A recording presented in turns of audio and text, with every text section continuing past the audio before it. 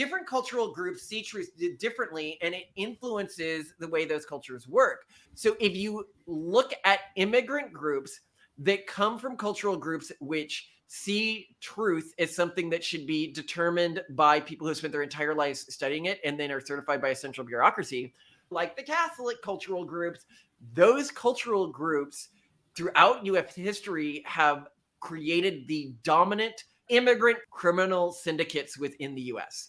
Whether you're talking about the Irish mafia or the Italian mob or the current Hispanic criminal groups. If you're talking about immigrant criminal groups. Now, I'm not talking about native-born American criminal groups. If you look at other criminal groups that have come into the United States but weren't from countries that strongly felt that way, they had a bit of presence, like the Yakuza, for example, or the Triad, but they never really got that big. And then you could be like, oh, but here's something that counters you. What about the Russian mob? But the Russian mob came from an Orthodox church country, and all Orthodox religions, also like the Catholic cultural groups, believe that truth should be determined by people who spend their entire life studying it and then have been certified by a central bureaucracy. Would you like to know more? Prepare for trouble. And make it double. To protect the world from devastation. To unite all peoples within our nation. To denounce the evils of truth and love. To extend our reach to the stars above. Jesse. James. Team Rocket blasts off at the speed of light. Surrender now or prepare to fight. Meow, that's right. So we had done that at another one of our things is like our personal motto, because all of the parts of the song really extend to aspects of our philosophy, whether it's extending our reach to the stars above or seeing love as an intrinsically evil thing, which we have talked about in other episodes and which we'll certainly do a longer episode on at some point. I mean, is there anything more perverse than a marriage based on love? The only reason we feel it is because our ancestors who felt it had more surviving offspring. And even if you take a religious perspective on this, the devil can use love to manipulate you. Like, what a better emotion to manipulate people, right? Especially love for a human over love of God or Christ, right? That's an evil thing. So the idea that even from a secular or a theological perspective, from our cultural perspective at least, maybe not all cultural perspectives, but from ours, love is typically, at the very least, something to be suspicious of. But the one point we haven't really gotten over here is the evils of truth. And so I want to talk and take this episode to talk about how we see truth, how the diversity of perspectives on truth, and yeah, I think right now we're at a turning point civilizationally for the concept of truth. And it's a turning point that is very similar to one we've gone through in the past. And I think we can learn from the last time we went through this. So if you look at society right now, you look at all these conspiracy theories that people have that keep coming up true. Like, people are like, oh, no, conspiracy theories don't come up true. Yeah, now, do you remember how insane it was that the idea that there's these, like, cabals of pedophile among, like, the wealthy elite in our society? And now it's like, after Epstein, it's like, oh, there was actually at least one major. I mean, it was just one, Malcolm. It's fine. It's fine. Well, you think we would catch a lot of them? I mean, he messed up. I don't know. When I look at all of them, do you think that, like, all of these people had developed, like, these pedophilic habits and, like, this was their only source? Like, it's like a cop's like, oh, well, we arrested a meth dealer in town. There's no more meth here. It's over. Congratulations. The war on drug is over. Yeah, people clearly only could buy meth from one person. This is Johnny the meth dealer. It's in his name. They can't be buying meth from other people. But I mean, like, what I'm saying is and then was COVID and the whole vaccine rollout, there was this thing in our society where two groups were forming, right? And we talk about this in this academic cult that runs our culture right now, which is to say, when people are trying to determine what's true in our society, like the elite was in our society, they go, well, look at this priestcast, look at the consensus. What did they say? The academics, right? Like, that is what is true within our society. And when we've done episodes before on all the problems with academic research these days, replicability crisis, everything like that, where things keep showing up wrong. But anyway, they say, look at that, right? So the first group says, look, truth should be determined by people who have spent their entire lives studying a subject, because, like, everyone can't study everything these days, right? And that these people should be certified by a central bureaucracy, because obviously we need some way to know which of them have like been studying longer. You can't just have somebody come out of nowhere and say like, I'm an expert in Y, right? And then the other group in our society says, excuse me? That central bureaucracy is highly prone to corruption. And from all of this data, looks like it's already pretty corrupt and is now just trying to serve an ideology rather than an objective truth about reality. And therefore, truth should always be best determined by an individual.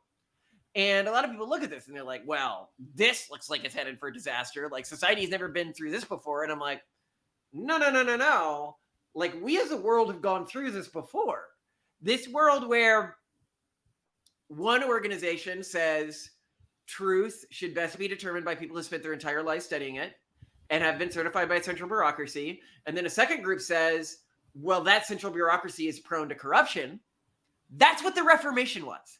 Like, we've gone through this before, but we haven't just gone through it once. And this is where it gets really interesting.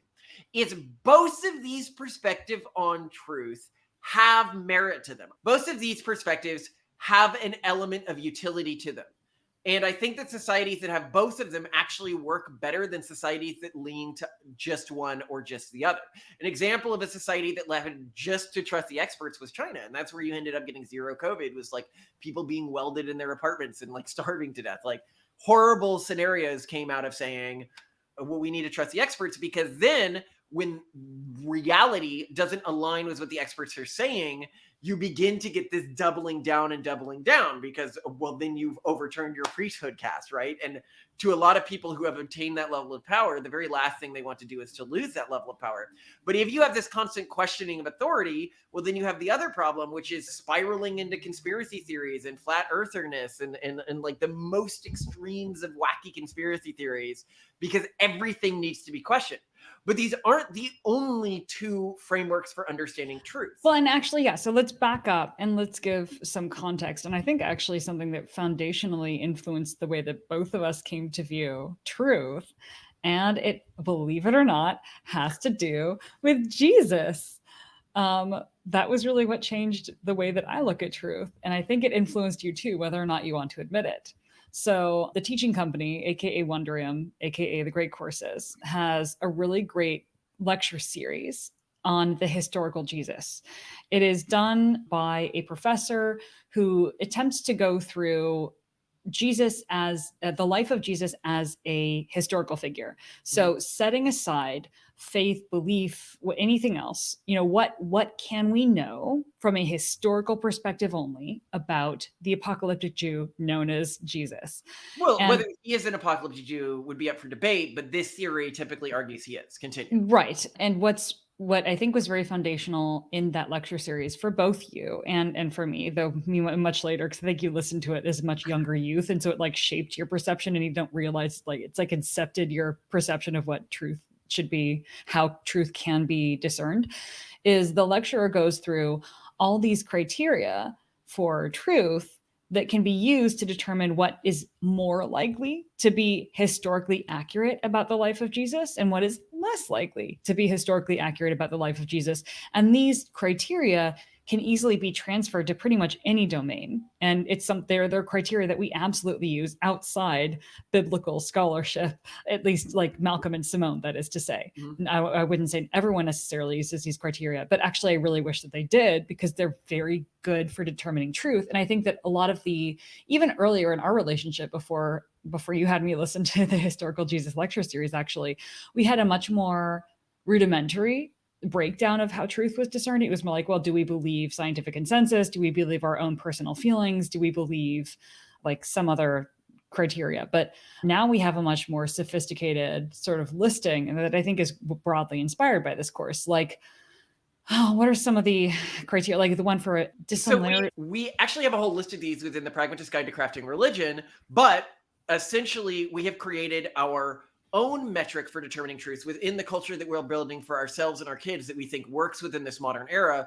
which is to say, to draw information from both personal experience and the expert consensus, but filter any information that's coming from the expert consensus through certain rules to determine how high quality that information is.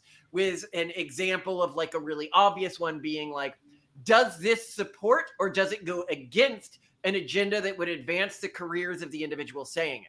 So if a scientist is saying something that could get them fired, it's more likely to be true than something that supports the ideological agenda which is dominant within academia.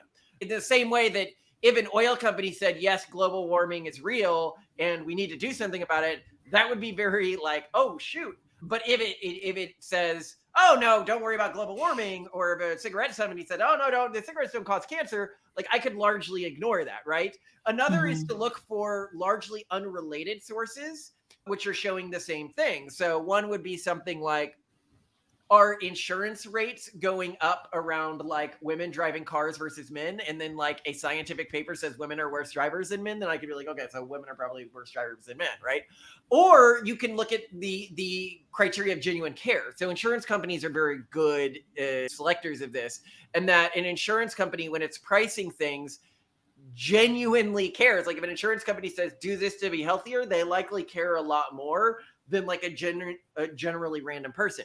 An example of a weird one you might see was like historical Jesus, which I really liked and was really meaningful to me, is a piece of information that seems sus when you first hear it, and it seems a little weird when you first hear it, but as you get more information on it, begins to make a lot more sense in a way that the people who were conveying that to you clearly didn't understand.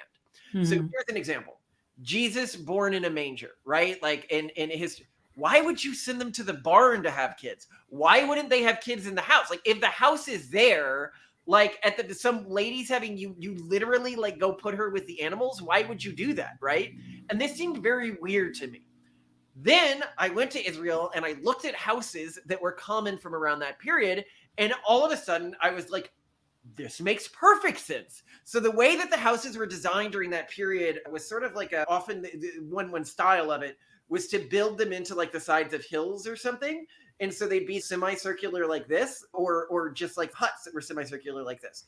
And then down the middle, there would be a division. And on this side of the house is where all of the people would sleep. Like there was no need for individual rooms or anything. I mean, this was very, very primitive. So everyone would basically sleep in a pile.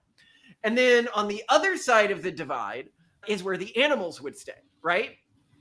And of course, all of the family sleeps on this side of the divide. Anything that's not family sleeps on this side of the divide. So that would translate into modern tongue in the manger, but historically it was where the animals stay, which makes a lot of sense when you see it. And you're like, okay, so this is probably accurate to where this would have happened.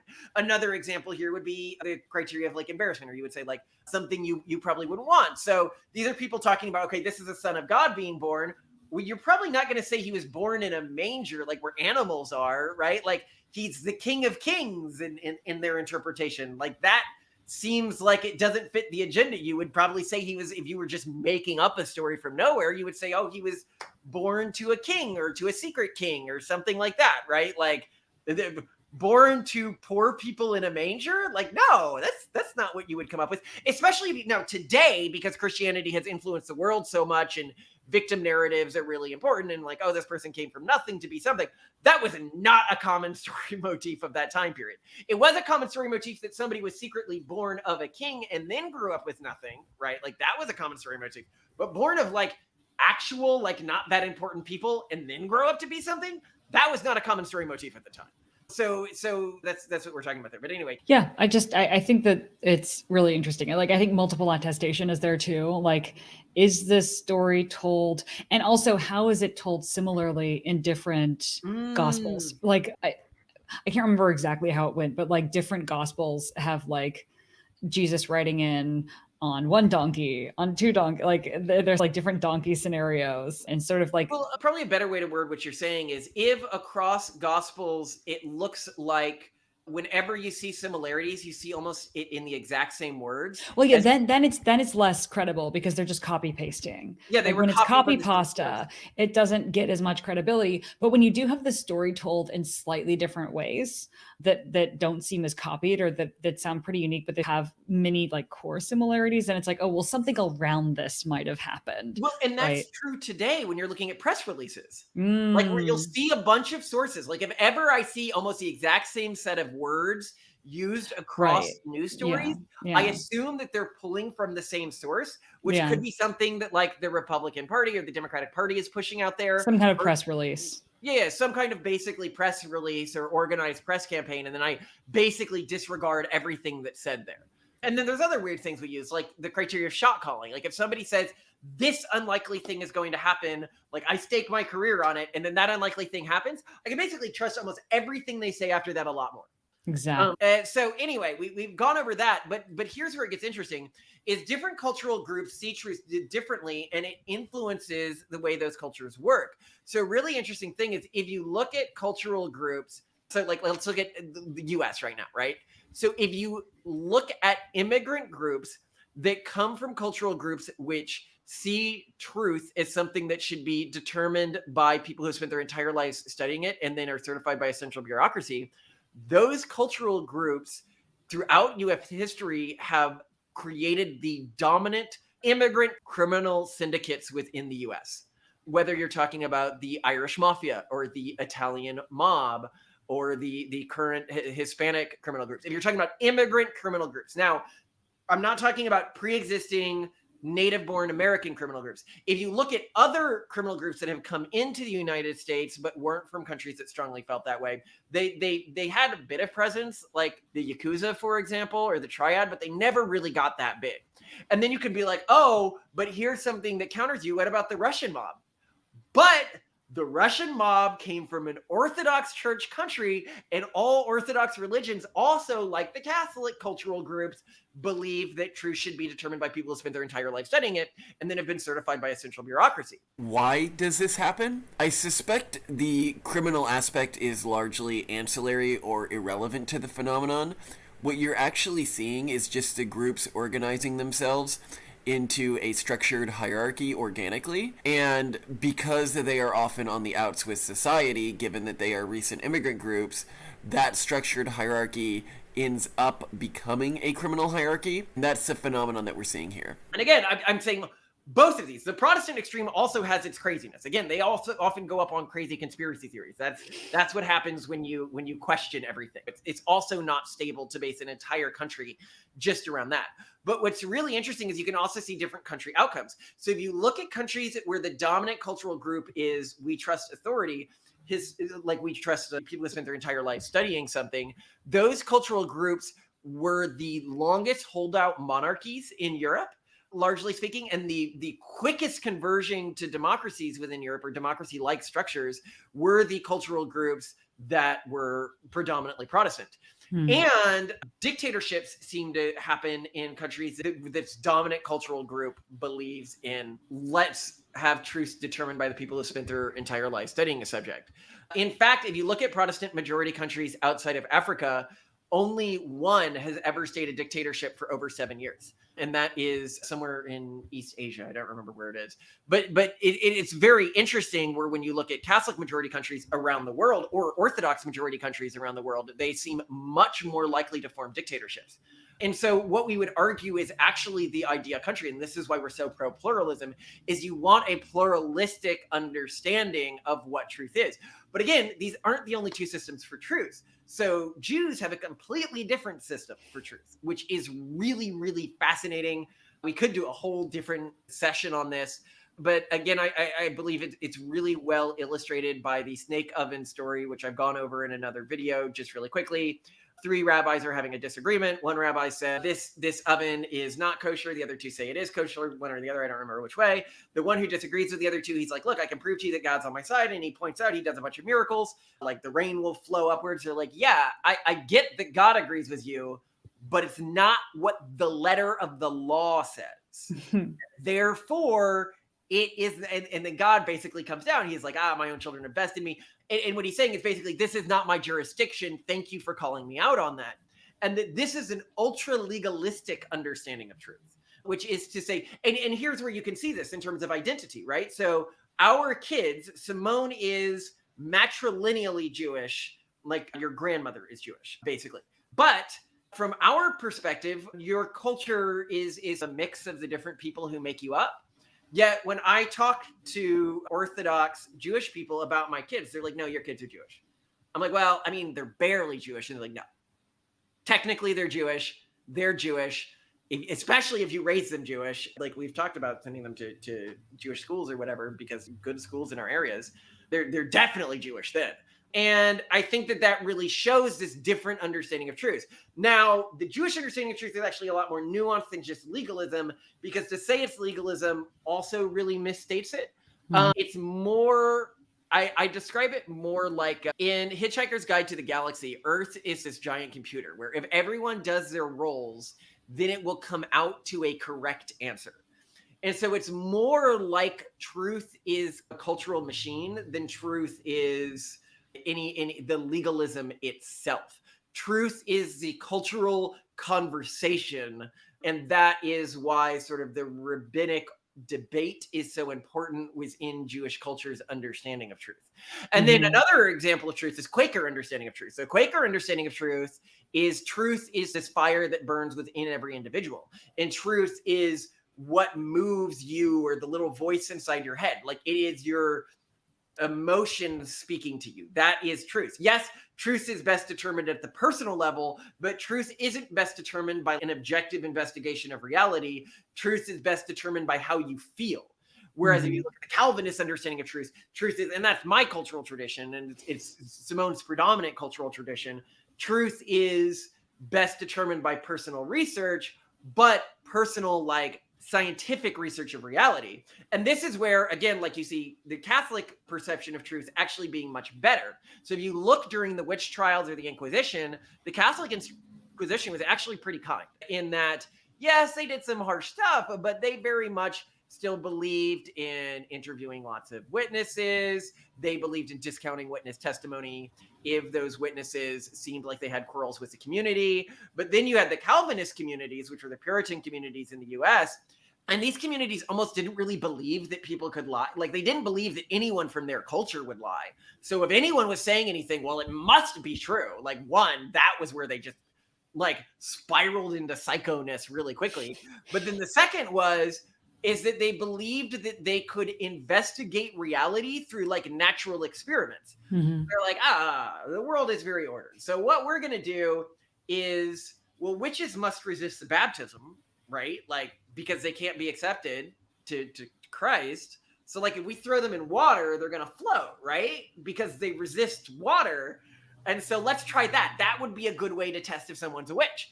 And you saw this a little bit within, but this didn't really happen that much within the Catholic Inquisition. One, they didn't even really believe in witches at all. It was more like, let's find heretics. So it's much more like moderated and learned.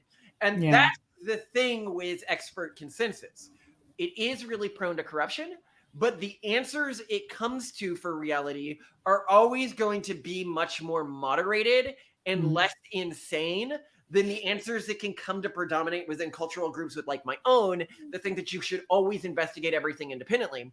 And this is why I think that pluralistic cultural groups like the US, where you have both of these cultural groups to a large extent living in harmony and working together, that's where you're going to get the best answers. That's where you have the least chance of either a dictatorship forming or a mob that goes off and does crazy things forming. Yeah. Well, also don't forget about the criteria of truth that you like the least, which is that most associated with, like, modern woke progressivism, which you like to call in the Pragmatist's Guide to Crafting Religion justicalism, right? Can you walk us through that? Yeah. So many times within this community, you will see them, like, when they're trying to decide what's true about the world, and there's a few possible paths of what could be true, they choose what would make the world most fair, what a fair reality would create as truth. So if you're asking, are there systemic differences between, like, the way men and women process reality? They'll be like, well, it wouldn't be fair if there were systemic differences, therefore there aren't systemic differences. Even if it, like, clashes with other aspects of their worldview. You see this over and over again within the woke community. And it's not everyone within the woke community, but there's definitely a portion of the woke community that does practice justicalism. And it's terrifying to me because it can lead to a lot worse outcomes for everyone.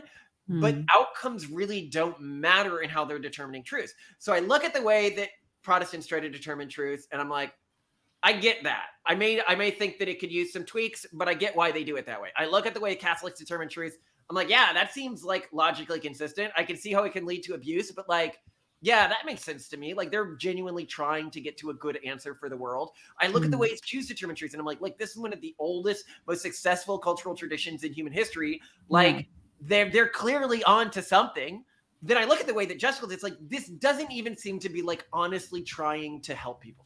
It just seems to be trying to protect their self-identity as good people. And this is where, when I look at the world and I'm like, there's a diversity, I think that we do well within a diverse world. And a lot of people are like, how dare you say these different groups see truth differently, right? It's like, what's the point of diversity if everyone secretly sees the world the same way? Like, the point of diversity is that we see things differently. That is where strength and diversity comes from. Yeah, here, 1 second though. I'm just going to push back. I think the core of justicalism is maybe that if you choose to see truth that way, that you can make it that way. I think it's a sort of manifesty. I mean, and this is a more spiritual group, right? Like my good faith interpretation of that criteria for truth is I'm going to believe, for example, that there are no differences between men and women. And then that belief will indeed shape whether or not there are differences. And some of that's based in science, like understanding of the placebo effect and understanding of the power of narratives and examples. But I think that there's also this manifesty, like I said, element of it. So I think that a lot of it's like, I want there to be a world in which that's true. And so I'm going to believe it's true until it becomes true. I disagree with you. I think it's all about protecting their ego and protecting their image as virtuous people, no matter what they do. I don't think so. I want people in the comments to weigh in on this. Which side of this? And again, I want to point out before we leave, like, these are all like, obviously not everyone from these cultural groups sees truth this way. We're just talking about the way these cultural groups differ from each other, because I think that through looking at the way they differ from each other, we can learn things that are especially pertinent to our current time with this current debate over the system of truth our society is using. If we can look to historic parallels, there's a lot we can use, especially in building new and potentially better systems, or in coming to appreciate why, even if I don't understand different people's understanding of truth, I can appreciate that our society is stronger for having that diversity, because I can look historically and see what happens when we lack that diversity, whether it's the Puritan colonies or the historic Catholic Church. Well, all I can say, Malcolm, is I know one thing is true, and that is you are a sexy beast. And I know it because of your face. That is my criterion of truth. I love you. I think that's so subjective. That's subjective. It's not subjective that you are a sexy beast. It is subjective that I am, because my perspective on reality is the ruler from which truth is measured. And all truth is determined by how far it differentiates from my perspective of reality. And within my perspective of reality, you're a sexy beast. So that's good. How convenient. I love you, gorgeous. Looking forward to our next conversation.